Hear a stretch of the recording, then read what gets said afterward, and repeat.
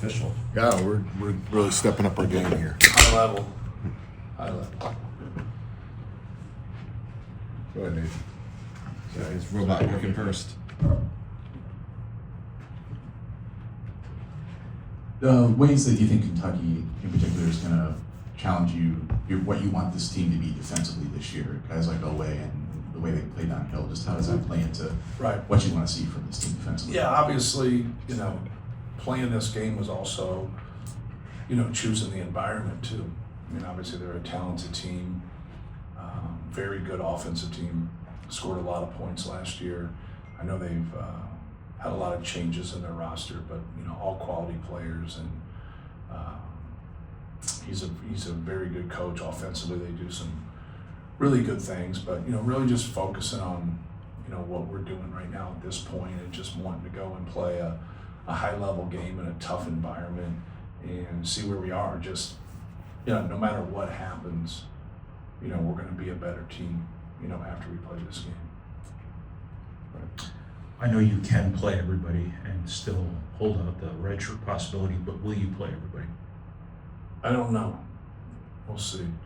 We'll see. Riley's gonna definitely redshirt, so I talked with him because obviously as a sophomore you can't play in these games and still redshirt. The true freshman can. So that's the only thing that we have gotten to at this point. The process of managing as many bodies as you have, how good of a problem is that? It is still a problem though, right? Yeah, it's great. It's we felt like when we signed Oscar more than anything that we had to shore up, our lack of interior defense with him and Daniel coming back, and then help us, from a rebounding standpoint, getting, Antoine and Omer giving us, another ball handler, whoever's in the game, we thought would really help us. And then as we took Oscar and really lost Cam, we said if we want to play small and play like we did last year, not a lot, because I don't think we can go to a Final Four and win it all playing small, but I think there could be segments of a game that you do, because I think we proved that it was really good for us offensively. We needed to face up four, and then with Liam, that's why we went out and got him. While our summer, Liam was hurt, Riley was hurt, Oscar had visa issues, and Daniel played, 19 and unders.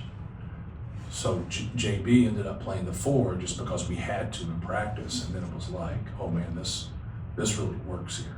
Like this works as him as the four, so that's where we slid him, but we didn't have intentions in the spring of doing that, but the summer kind of organically just, it happened, and but there's not a lot there. As if we play big in a game and we don't play small at all, which I think will happen a lot, TK has about 30 minutes there, and there's only 10 minutes to grab. So you can't split that between two people. Mm-hmm. And so we understand that, and everybody understands that. So it's going to be a lot of sacrifice. If you're going to win big, you still have to go out there and do it. But we have a lot of options. If there's sometimes when you have struggles with a certain team, you got to keep working through it and play through your mistakes, and that's what all players want. Well, coaches don't always. If you have other options that are valid, you're going to move to those. And so, like, we have a deep team. We have a competitive team, and that's what we're going to be able to do. If some things aren't working the way we like to, we can move to other guys. How do you treat this where I don't think you scout this like you're playing Rutgers in December, or if you scout it at all, and development clearly is more important than winning. Just how do you treat these exhibition games and these hornet's nest that you keep scheduling every year? Yeah.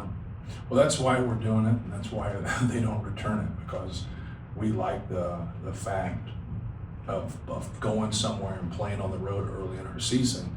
And if you don't play one of these exhibition games, then that's going to be your first experience for your freshmen and your new guys.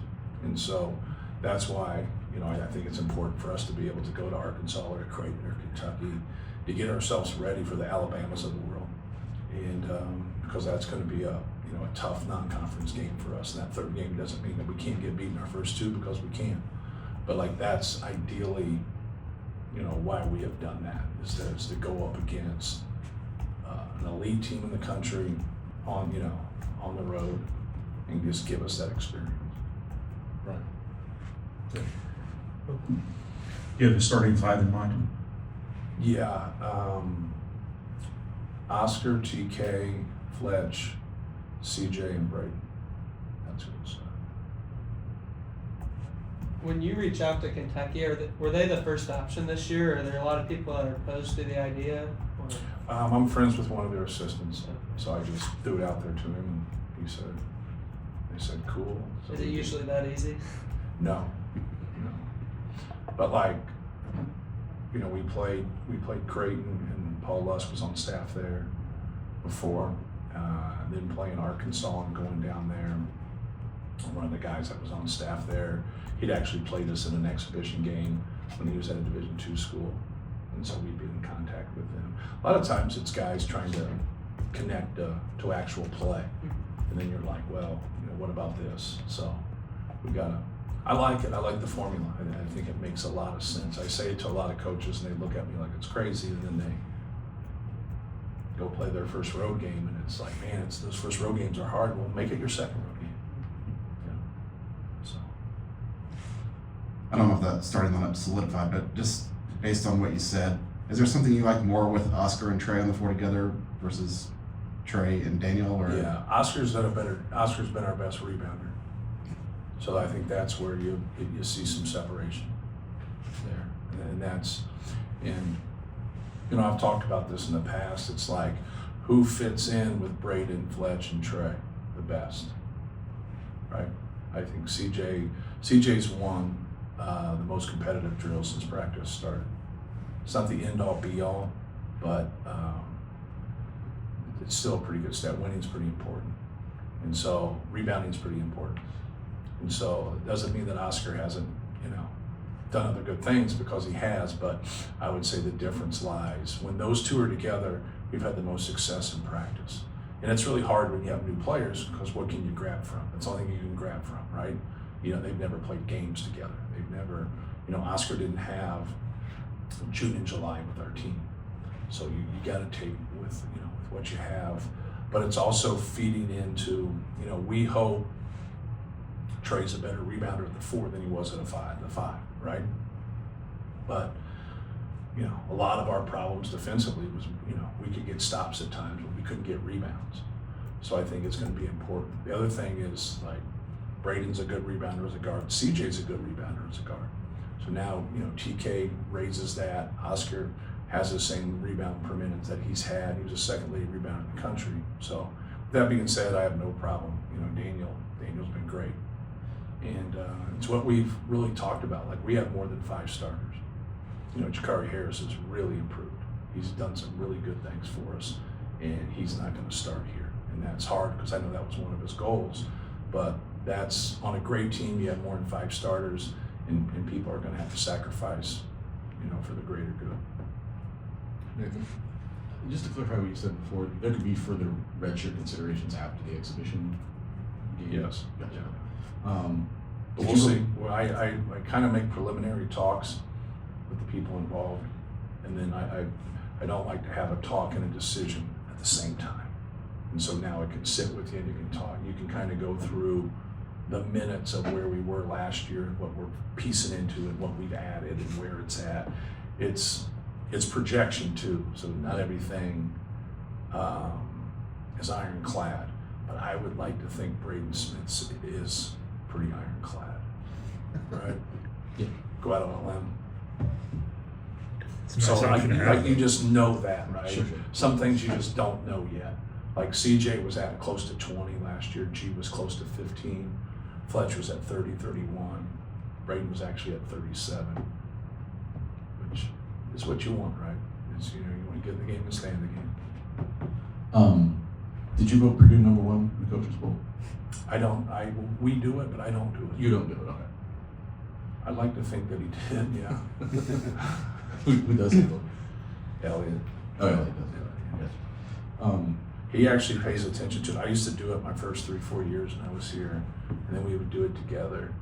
But like he just doesn't make stabs at it. Like he actually pays attention to it. Right.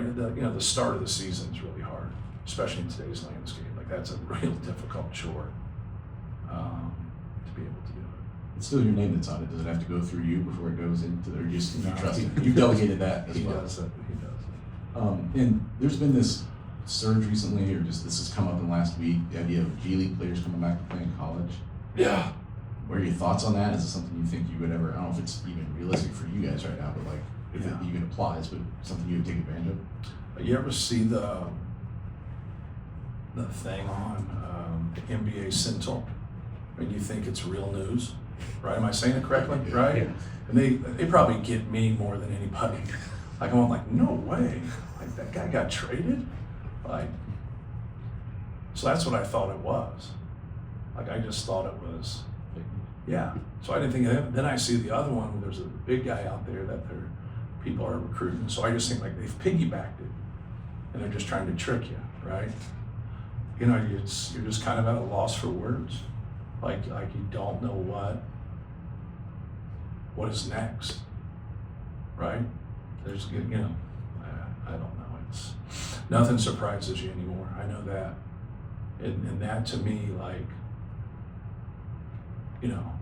Bob Huggins used to always talk about it like, they say like, here's the best transfer squad, here's the best portal squad, here's the best, like, he goes like, where's the best stayers? Like, who's the best players that stay?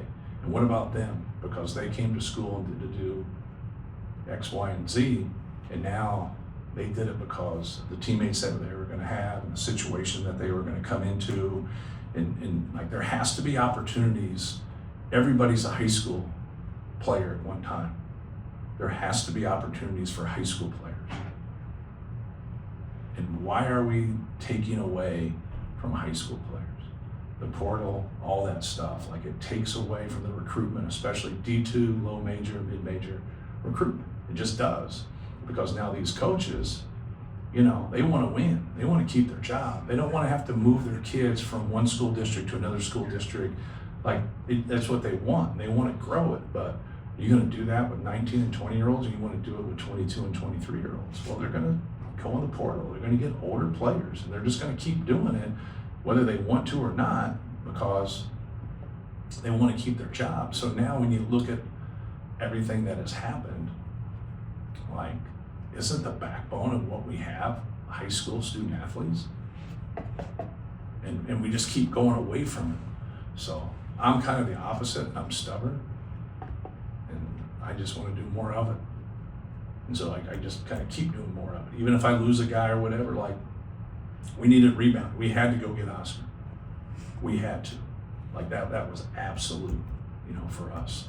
But at the end of the day, we'd rather develop and grow, and because I think that's, if you look at our best players, if you look at the guys that have done well for us, like that's who it's been. Anything else?